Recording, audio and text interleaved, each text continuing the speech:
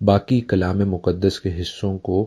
رد کرنے کی کوشش ہوتی ہے۔ عزیزو،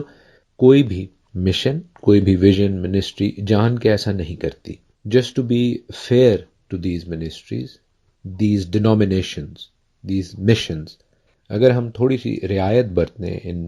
ڈینومینیشنز، ان فرقوں، ان دھڑوں کے ساتھ، تو ہم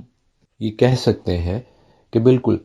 جان بوجھ کے وہ ایسا نہیں کرتے کہ وہ کلام مقدس سے، خداوند کے آئین اور احکام سے دور ہونے کی بات کرتے ہیں، لیکن چونکہ وہ ایک دو آیتوں کو آؤٹ آف کانٹیکسٹ، سیاق و سباق سے باہر پکڑ لیتے ہیں اور پھر اس کو اپنی تھیولوجی،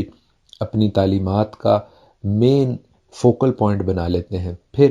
اس سے آگے پیچھے ہونا خود ان کی نفی یا ان کی عزت میں کمی کا باعث بنتی ہے۔ اس لیے پھر وہ آرگیومنٹس کرتے ہیں، دلائل کرتے ہیں، حجت کرتے ہیں، خواہ مخواہ کی تقریریں کرتے ہیں، تاکہ اپنی بات کو سچا ثابت کریں اور کلام کے کچھ حصوں کو دھندلا دیں، ایمبیگوس بنا دیں، کنفیوژن کریٹ ہو جاتی ہے۔ اور اتفاق سے کنفیوژن کا ہیبرو نام، عبرانی نام ہے بابل، اور بابل سے خداوند خدا ہمیں کہتا ہے کہ ہم نکل آئے، کنفیوژن سے ہم نکل آئے،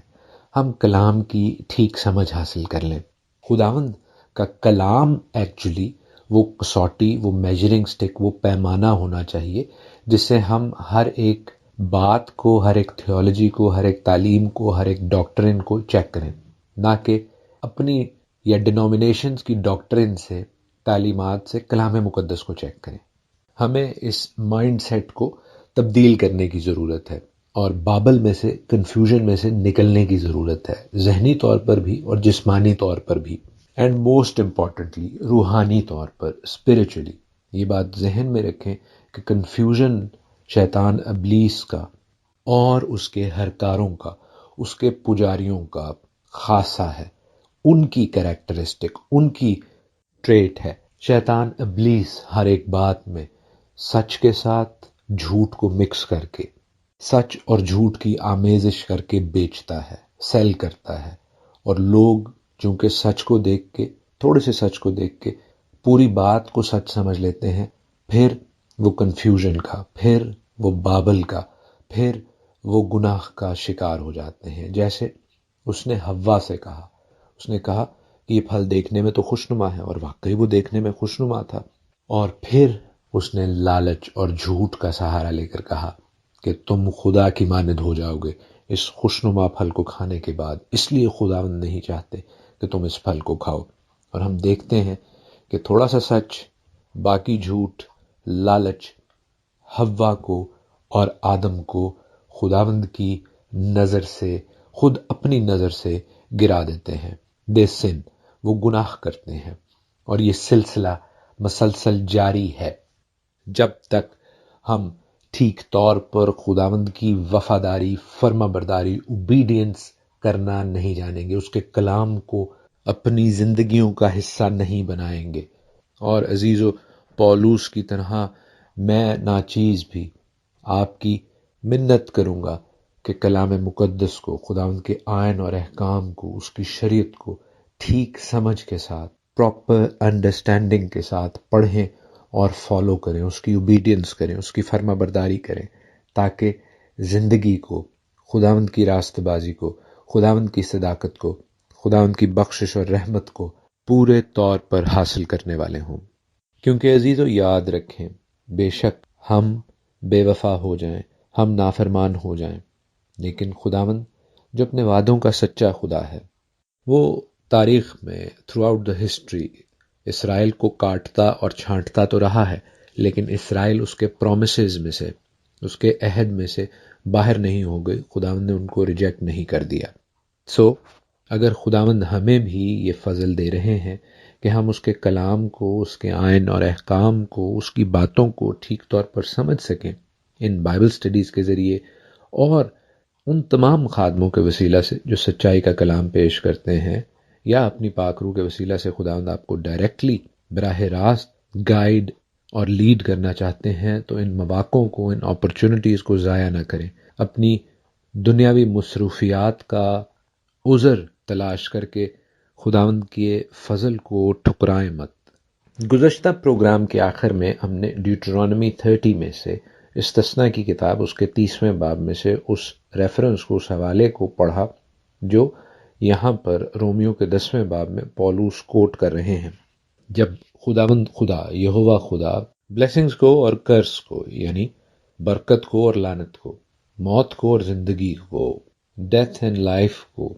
ڈس اوبیڈینس اور اوبیڈینس کو، نافرمانی اور فرما برداری کو اپنی قوم کے سامنے رکھتے ہیں اور انہیں کہتے ہیں کہ چوز واٹ از بیسٹ، اس چیز کا انتخاب کرو جو بہتر ہے، یعنی زندگی کو موت پر ترجیح دو، یعنی برکت کو لعنت پر ترجیح دو، اور اس لیے میری فرما برداری کو چنو، نافرمانی سے بچو، کیونکہ نافرمانی کے ساتھ موت، گناہ، لعنت منسلک ہیں۔ جو خاص بات جس کے حوالے سے کچھ لوگوں نے، کچھ بہن بھائیوں نے کہا بھی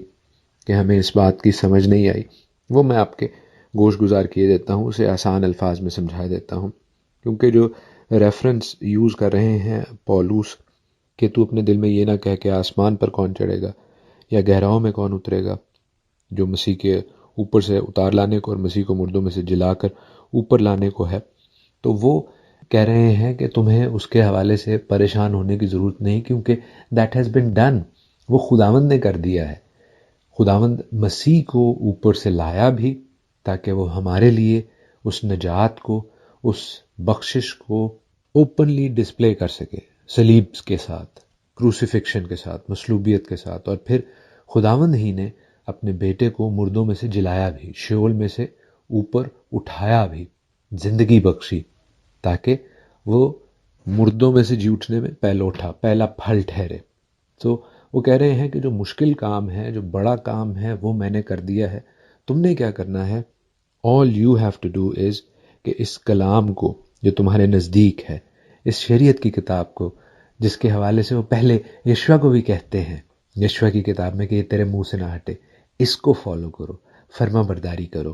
ٹھیک طور پر سمجھ کے ساتھ، یسوع کی جانب، اس کی صلیب کی جانب تکتے ہوئے، تاکہ تم زندگی پاؤ۔ سو باپ کے ساتھ جو میل کرانا تھا، جو مشکل کام تھا، مسیح نے اس کو کر دیا ہے۔ اس بات کو ہمیں سمجھنے کی اور اس بات کے لیے خداوند کا گریٹیٹیوڈ ادا کرنے کی، شکر گزاری کرنے کی ضرورت ہے۔ اور پولوس کیا لکھ رہے ہیں کہ نہ صرف اپنی زبان سے اقرار کرو بلکہ دل سے ایمان لاؤ۔ دل سے ایمان لانا ایک خاص ٹرم ہے، ایک خاص کانسیپٹ ہے، جو کہ صرف کانوں سے سننے والی بات یا زبانی کلامی بات سے مختلف ہے۔ دل سے ایمان لانا، پورے طور پر ایمان لانا، اس ایمان کے مطابق اپنی زندگی گزارنا، جیسے ایمانداروں کے باپ ابراہیم کی زندگی سے ہم سیکھتے ہیں۔ اسے جب خداوند نے کہا کہ اپنے بیٹے کی، اکلوتے بیٹے کی، اس بیٹے کی جسے تو پیار کرتا ہے، اسحاق کی قربانی کر، تو اس نے زبانی کلامی صرف ایمان نہیں رکھا کہ میں کر دوں گا، یا میں نے اپنے دل میں سوچ لیا ہے تو ہو جائے گا، نہیں عزیزو، وہ جس کا اکلوتا بیٹا، جس کا پیارا بیٹا اسحاق بڑھاپے میں اس سے پیدا ہوا، وہ خداوند سے اس قدر پیار کرتا ہے، اس کی فرما برداری میں اس قدر دل سے ایمان رکھتا ہے کہ اس نے اس کو قربان کرنے کی نہ صرف بات اپنی زبان سے کی، خداوند کے آگے اس کا اقرار کیا، بلکہ وہ اس کو لے کر موریا کے پہاڑ پر گیا، اس کو باندھ کر لکڑیوں کے اوپر رکھا، پہلے لکڑیاں اس کے اوپر کاٹ کر رکھی اور پھر انہی لکڑیوں پر موریا کے پہاڑ پر اپنے بیٹے کو باندھ کر رکھا، تاکہ وہ اس ایمان کا عملی مظاہرہ کرے، پریکٹیکل رول ماڈل بن کے دکھائے ہم سب لوگوں کو جو اپنے آپ کو ایماندار کہتے ہیں، کہ دل سے ایمان لانا کیا ہے۔ ہاللیلویہ! ہم خداوند کے کلام کے، خداوند کی بخشش کے، اس کے لوگوں کی زندگیوں کے تھینکفل ہیں، شکر گزار ہیں، آبھاری ہیں کہ جن سے ہماری ٹھیک طور پر رہبری اور رہنمائی ہوتی ہے۔ اور عزیزو، خداوند کے کلام کے اس حصے کو جسے ڈیوٹرانومی 30 میں سے، استثنا کے 30ویں باب میں سے پولوس اپنے خط میں، رومیو کے خط میں 10ویں باب میں کوٹ کر رہے ہیں، خود خداوند یسوع المسیح نے بھی اس کے حوالے سے بات کی۔ یوحنا کی انجیل اس کے 5ویں باب میں وہ فقیہوں فریسیوں سے کہتے ہیں کہ موسیٰ نے میری بابت لکھا ہے کہ آسمان سے کون اترے گا اور زمین سے کون اٹھایا جائے گا۔ میرے ساتھ دیکھیے یوحنا کی انجیل 5واں باب، جانز گاسپل چیپٹر 5، 45، 46، 47، اس کی 45ویں، 46ویں اور 47ویں آئے، جب وہ کہتے ہیں کہ یہ نہ سمجھو کہ میں باپ سے تمہاری شکایت کروں گا، تمہاری شکایت کرنے والا تو ہے، یعنی موسیٰ، جس پر تم نے امید لگا رکھی ہے، کیونکہ اگر تم موسیٰ کا یقین کرتے تو میرا بھی یقین کرتے، اس لیے کہ اس نے میرے حق میں لکھا ہے۔ لیکن جب تم اس کے نوشتوں کا یقین نہیں کرتے تو میری بات کا کیوں کر یقین کرو گے؟ آمین۔ آئے عزیزو، خداوند کے کلام کا، اس کے نوشتوں کا، اس کے آئین اور احکام کا یقین رکھیں، یسوع المسیح کا یقین رکھیں اور دل سے خداوند پر ایمان لائیں۔ آمین۔